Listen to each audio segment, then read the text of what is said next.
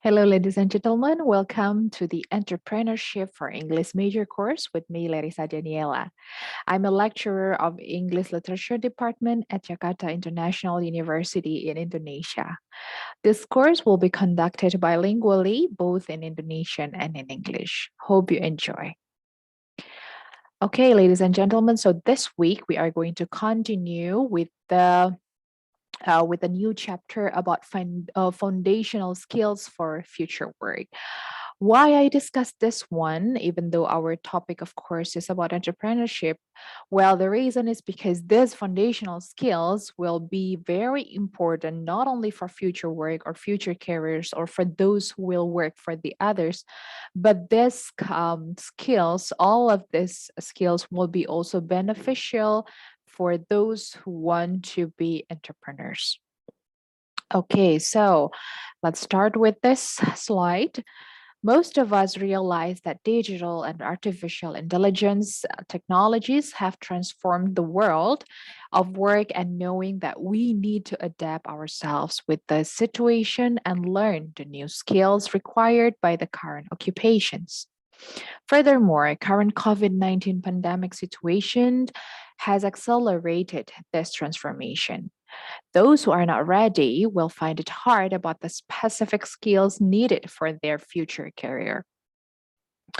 Research by the McKinsey Global Institute has looked at this kind of job that will be lost, as well as those that will be created as automation, like artificial intelligence and robotics take hold.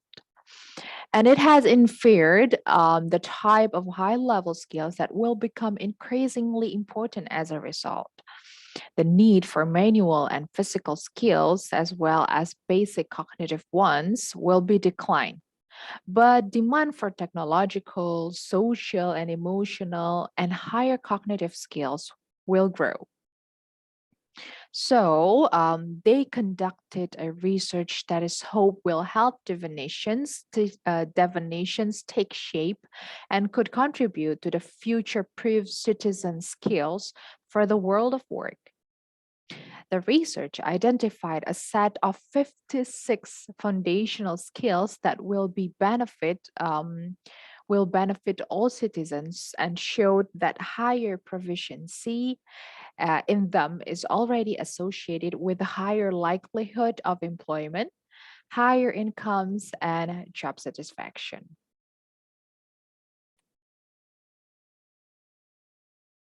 Okay, so this research started from four broad scale categories, which are cognitive, digital, interpersonal, and self leadership. And then they identified 13 separated skills belonging to those four categories.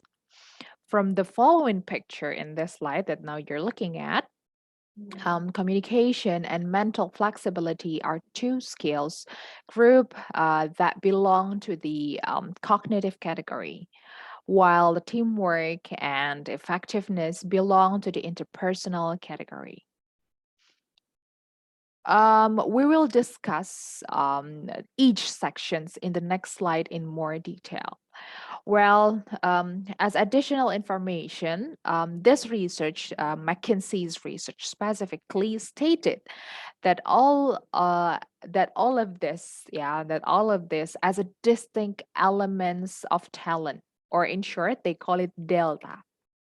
So rather than instead of skills, they prefer to call it as a delta, or distinct elements of talents, because they are the combination of skills and attitude at the same time. So not only skills, but also the attitudes. Okay, then we continue to the other two categories of distinct elements of the talents, which are self-leadership on the left side and also the digital on the right side. There are three subsections under each of these categories. In self-leadership, there are self-awareness and self-management, entrepreneurship, and goals achievement. Meanwhile, in digital category, there are digital fluency and citizenship, software use and development, and understanding digital systems. Well, we will also discuss the self leadership category in more details in the next slides. Well, however, I'm not going to discuss the digital part or the digital category in more detail. I'm just going to discuss it briefly based on the knowledge and research that I have collected. Okay, let's start with the first one. It's about critical thinking. Critical thinking is a kind of thinking in which you question, analyze, and evaluate and make judgment about what you read, what you hear, what you say, and what you write. Oke, jadi critical thinking itu adalah mempertanyakan, menganalisa, mengevaluasi, dan membuat judgment tentang itu, begitu ya. So the term critical comes from Greek word kritikos, which means able to judge or discern. Good critical thinking is about making reliable judgments based on reliable information. Well, this one I got from the information I got it from the Monash University website, the Learn HQ thing. So that's how I get it.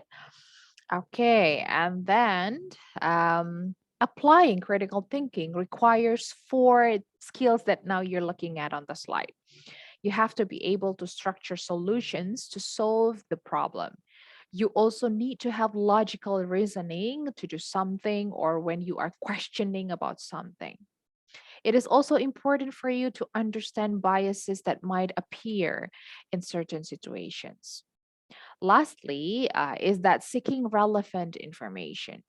To think critically, of course, you need a lot of resources in order to give you various perspectives about a certain situation. This would enable you to see from different angles or different points of views. Oke, jadi kalau mau diulang lagi, Oke, jadi kalau misalnya mau diulang lagi, critical thinking itu ya tentang 4 hal ini yang utama ini ya. Structure problem solving, logical reasoning, understanding biases, and also seeking relevant information gitu. Jadi kalian harus punya apa ya, alasan yang logik ketika mau mempertanyakan sesuatu atau bicara tentang sesuatu atau memberikan ide tentang sesuatu atau melakukan sesuatu. There should be a logical reasoning about that gitu ya. Dan terlebih lagi Anda juga harus bisa mengerti tentang understanding biases. Jadi ketika ada sesuatu yang abu-abu, yang tidak pasti, yang kurang jelas, you have to understand that and see the different perspective, different angles, different point of views. Jadi harus bisa melihat dari berbagai sudut pandang yang berbeda. Jadi tidak hanya terpaku hanya pada satu sudut pandang saja dan menutup mata untuk sudut pandang yang lainnya gitu. Anda harus siap juga tentang itu supaya Anda bisa menyerap banyak informasi begitu. Okay, let's go to the next part. It's about planning and ways of working. Planning and ways of working are 2 important skills needed in the current industry. It consists of these following 4 skills: work plan development, time management and prioritizing, and agile thinking, and ability to learn. Yeah. I'll try to explain and connect one to another. Okay, so yeah, work plan development. It's definitely important. You need to be able to plan and to develop something that you already planned before. Jadi rencana apa yang sudah direncanakan itu sangat mungkin untuk bisa dikembangkan lagi ke depannya. So you're not just stuck with the previous plan, but you also develop it. You make it better. You what is it? Yeah, you improve it. Yeah, you improve that as well. Time management and prioritizing, yes, definitely important. As an entrepreneur, this skill would be definitely important, and as well as for those who want to work for the others in the companies and to pursue your career. Having good time management and know which one to prioritize is definitely an important skill gitu. Jadi ketika misalnya Anda diberikan beberapa tanggung jawab atau beberapa pekerjaan sekaligus, atau Anda tahu ada banyak hal yang harus dikerjakan dalam waktu bersamaan, Anda tetap tahu mana yang harus diprioritaskan lebih dulu, mana yang bisa dikerjakan kemudian, seperti itu ya. Agile thinking and ability to learn, yes. Agile thinking is like you need to be flexible, you need to be open-minded to accept, to absorb every informations, that kind of thing. So not only stuck with just one thought or one point of view, but you are also ready to observe and to accept different informations from different resources. Ability to learn, yes, it's really important to be forever learners. You need to be able to learn, karena sebagai entrepreneur itu penting juga untuk belajar banyak hal, tidak hanya untuk bisnisnya saja gitu ya, tapi memahami semua part di dalam bisnis yang sedang Anda jalankan, termasuk hal yang terkecil sekalipun. Oke, the next one is about communication skill. Almost all fields of work need a good communication skills. Furthermore, for those who intend to be entrepreneur, having good communication is a must have skills to communicate with the investors, partners, customers, or any other related parties. Communication here mainly is about storytelling and public speaking, asking the right questions, synthesizing messages, and active listening. Okay, I would like to highlight the last two parts. Actually, the last two numbers. The first one is about synthesizing messages, which means to integrate and connect one message to another coming from different resources. Jadi untuk hal yang ini ya artinya ketika Anda menerima banyak informasi dari banyak sumber yang berbeda, Anda harus siap untuk, oke, kalau yang ini bicara tentang ini bicara tentang yang lain, then how you connect these two different informations, which probably have a red line, yeah, which probably have the similarities. So it's really important for you to be able to have the skill, to master the skill. And lastly is about active listening. Yes, I can say that being an active listener is not as easy as it seems like. It's not just listening, but active listening. Ya, jadi pendengar yang aktif itu berbeda hanya dengan menjadi seorang pendengar biasa gitu ya. Kalau mendengarkan Anda mungkin bisa sambil mengerjakan yang lain, bisa oke, apa namanya, tidak fokus mendengarkan, but being an active listener is not just listening, but you really pay attention. You pay attention fully to the speaker while you are absorbing all the informations given gitu ya, dan bahkan bisa memberikan feedback yang apa namanya, bisa memberikan feedback yang sesuai dengan topik yang dibicarakan. You can also ask the right questions. Kadang kalau misalnya hanya mendengarkan saja, respon yang diberikan itu tidak sesuai atau cuman ya supaya sekedar oke menanggapi yang sedang dibicarakan saja, but it's not about the core points. But if you are being an active listener, you would probably ask the right questions to the right person and at the right timing. That would be definitely important. Let's go to the next part, which is about mental flexibility. Tidak mengherankan ya apabila, orang muda ya, generasi muda itu tentu perlu untuk memiliki skill yang ini ya, mental flexibility supaya mereka bisa bertahan hidup gitu ya di, karir mereka di masa depan atau untuk mereka yang juga pengen jadi entrepreneur, begitu ya. So yes, young generations are required to have this mental flexibility to survive in the future work. Furthermore, who wants to be entrepreneur? In the previous chapter, I have mentioned that being entrepreneur is not easy. It has never been easy, ya. Jadi kalau misalnya mereka tidak punya, if they don't have a good mental flexibility, then I'm afraid that they won't survive. Gitu. Jadi punya ini tuh sangat baik. Jadi mental flexibility ini terdiri dari 4 hal yang Anda lihat di layar saat ini ya. Ada creativity and imagination, translating knowledge to different contexts, adopting a different perspective, and lastly is about adaptability ya. Sepertinya ini sudah cukup jelas, jadi saya tidak perlu menjelaskan lebih detail lagi untuk part yang ini, so we can move on to the next slide. Okay, mobilizing systems. Mobilizing, menurut riset yang saya baca, according to the journal paper that I read from Hayladen, Kostov, and Keeman in 2012, they mentioned that mobilizing system can be defined as a socio-technological system that motivates and coordinates people to work towards a given objective, thus efficiently rallying their efforts. Ya, jadi berkenaan dengan 4 hal ini, I'm sorry. Role modeling, win-win negotiations, crafting inspiring vision, organizational awareness. Ini semata-mata untuk mengarah ke satu tujuan yang sama. Gitu ya. To be an entrepreneur, it means that you need to be a good role model for your team. Yeah, because you need to be a leader, you need to lead your team. And also you need to be able to do a win-win negotiations with your partners, with your clients, with your investors, that kind of thing. And then it is also important for you to be able to craft an inspiring vision.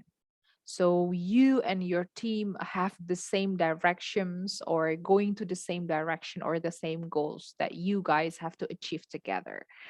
And lastly is that you have to be aware of of your own organization, your own business that you built together with your team. Okay. And then the next one is about developing relationships. Actually, this slide and the next 2 slides are connected one to another. They talk about self and others. These skills are useful not only for future career, but also important as part of the entrepreneurship. An entrepreneur has to be able to develop relationships which include empathy, inspiring trust, humility, ya, atau di bahasa Indonesia kita sebut sebagai orang yang rendah hati atau kerendahan hati. And lastly is about sociability. Sociability.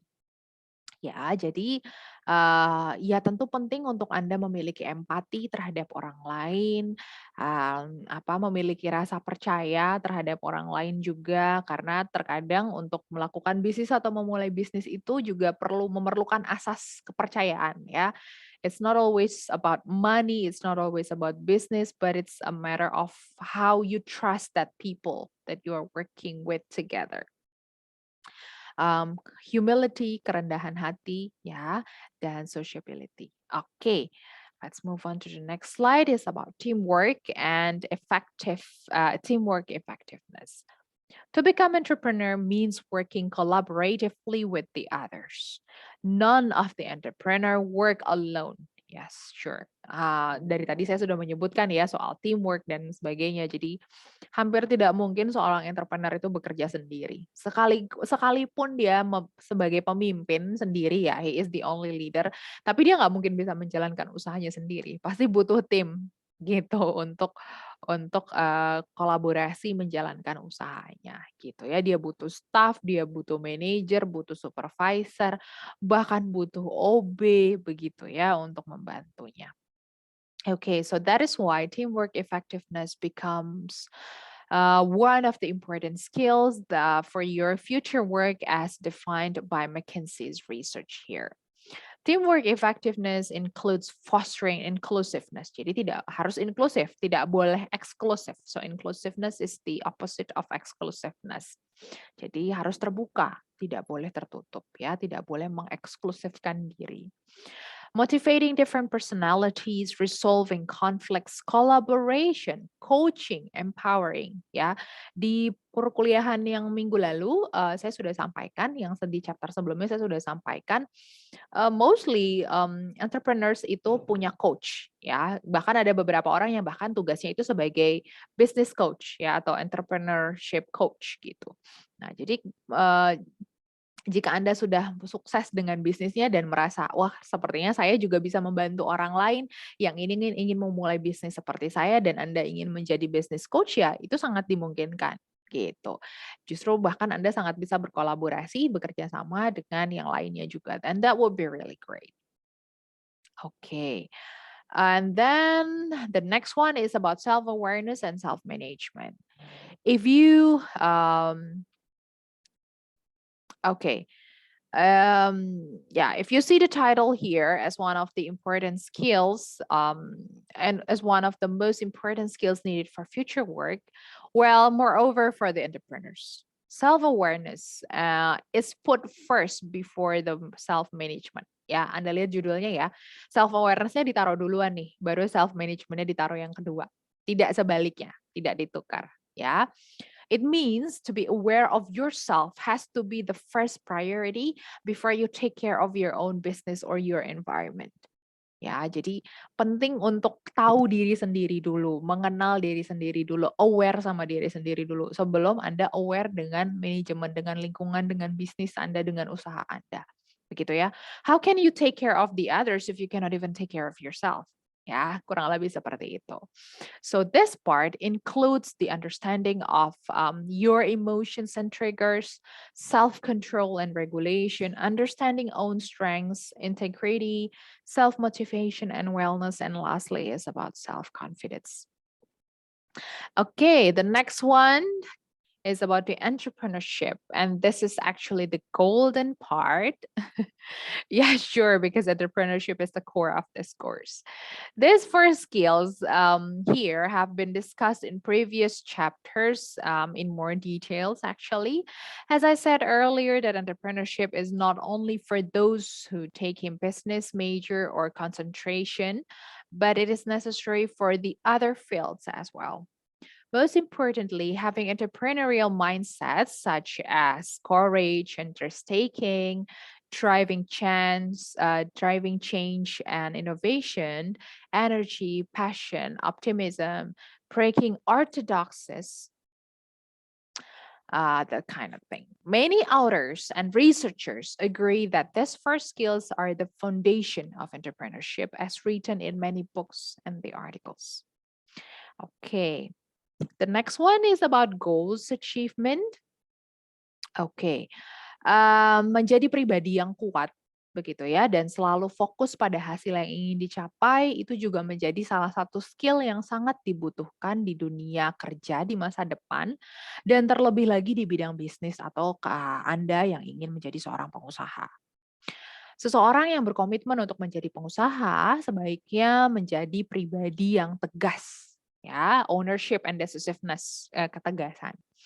Lalu berorientasi pada hasil, gigih dan tekun dalam prosesnya, begitu ya. Greed and persistence, itu gigih dan tekun.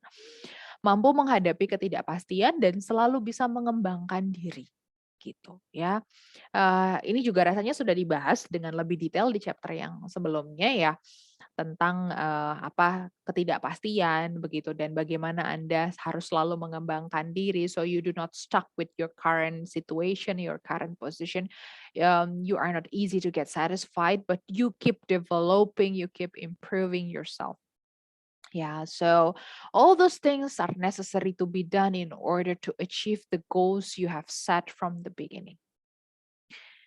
Okay, the next one is about digital literacy, and this would be the last part actually. Saya tidak banyak menyebutkan di sini, seperti yang saya sampaikan di awal tadi ya. So digital proficiency seems to be very important skills to have, especially in this pandemic situation where everything, like almost everything is going digital. Ya, hampir semenjak pandemi ini transformasi digital itu berkembang sangat pesat ya. Semuanya itu jadi serba digital dan orang mau tidak mau terpaksa harus beradaptasi dengan dunia yang sekarang sudah serba digital.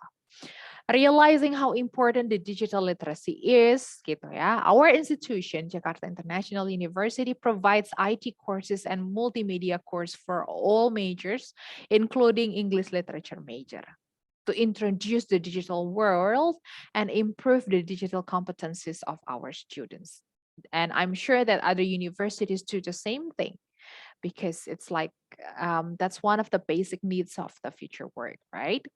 However, digital literacy is not always about coding and programming. According to Nugroho and Nacionalita, the researcher, yeah, digital literacy is the ability to understand and use the information from various digital resources which is not only reading the words, but also the process of thoughts and information evaluation found from the digital source itself. Therefore, about it is about the way you absorb the information then to use it and to share it again. Ya, jadi tidak hanya tentang programming yang hanya orang IT atau orang IS yang tahu gitu ya, atau orang engineer yang tahu seperti itu. Tapi yang non-computing people ya, non-computing majors itu juga bisa belajar tentang ini gitu ya, from different angles of course ya. Karena ini tidak hanya tentang coding saja atau programming saja, tapi juga bagaimana Anda menyerap informasi digital itu atau mengambil informasi secara digital itu menyerapnya dengan baik. Jadi bukan ditelan mentah-mentah. You need to be able which one is true story, which one is just hoax ya. Mana yang harus disebarkan, mana yang tidak boleh disebarkan seperti itu. It's also a matter of digitalisasi, literacy. All right, everyone, we have discussed those elements of delta. Yeah. So to summarize this chapter, I can say that the 56 deltas we discussed just now will also be very important to become the entrepreneur, especially those coming from the English major. It is important to occupy English major students with those skills in order to be able to compete with students from other majors as well. Furthermore, research from McKinsey here that we just discussed suggested that university curriculum should be reviewed and updated to focus more strongly on the deltas. Given the weak correlation between proficiency in self-leadership and interpersonal deltas and higher levels of education, strong curricula focus on these soft skills may be appropriate. And this is actually one of the reasons why I teach this course, why this course is available in Jakarta International University, because we think that this is appropriate and needed for our students, even though we are not from business major. All right, ladies and gentlemen, thank you very much for joining this third chapter. Thank you so much for your attention and see you in the next session. Goodbye.